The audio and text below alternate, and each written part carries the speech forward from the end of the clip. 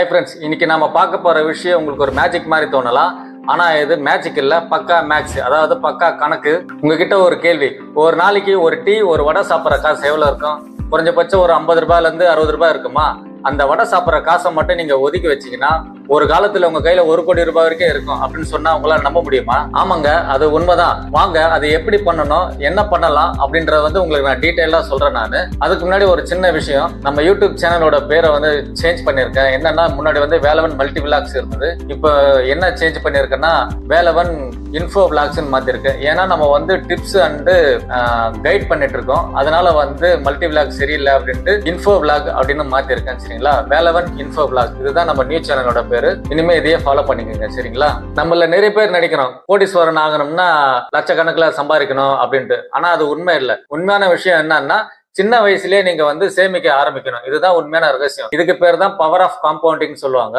Albert ஐன்ஸ்டீனே இதை 8வது அதிசயம்னு சொல்லியிருக்காரு. அதாவது நீங்க போடுற முதலீடுக்கு வட்டி கிடைக்கும், அந்த வட்டிக்கு வட்டி கிடைக்கும்.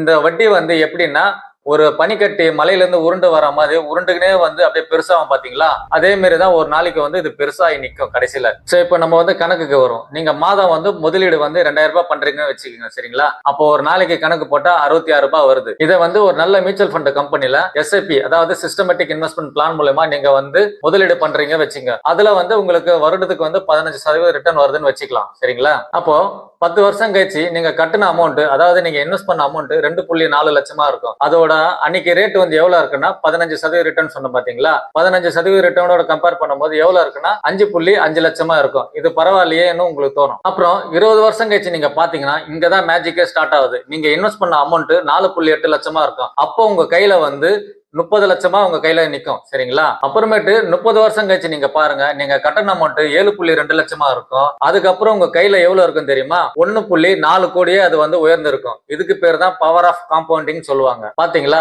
அந்த அடுத்த 10 வருஷத்துக்கு அப்புறம் நீங்க முதலீடு செஞ்ச அமௌண்ட் எந்த அளவுக்கு அசுர வேகத்தில் உயருது பாத்தீங்களா? இதுக்கு பேர் தான் பொறுமைக்கான பரிசுன்னு சொல்லுவாங்க. சரி, இதை எப்படி முதலீடு செய்வது, எங்க முதலீடு செய்வது? நீங்க இது பேங்க்ல போயிட்டு இன்வெஸ்ட் பண்ணீங்கன்னா அது பேங்க்ல எப்படி வட்டி 7% தான் கொடுப்பாங்க.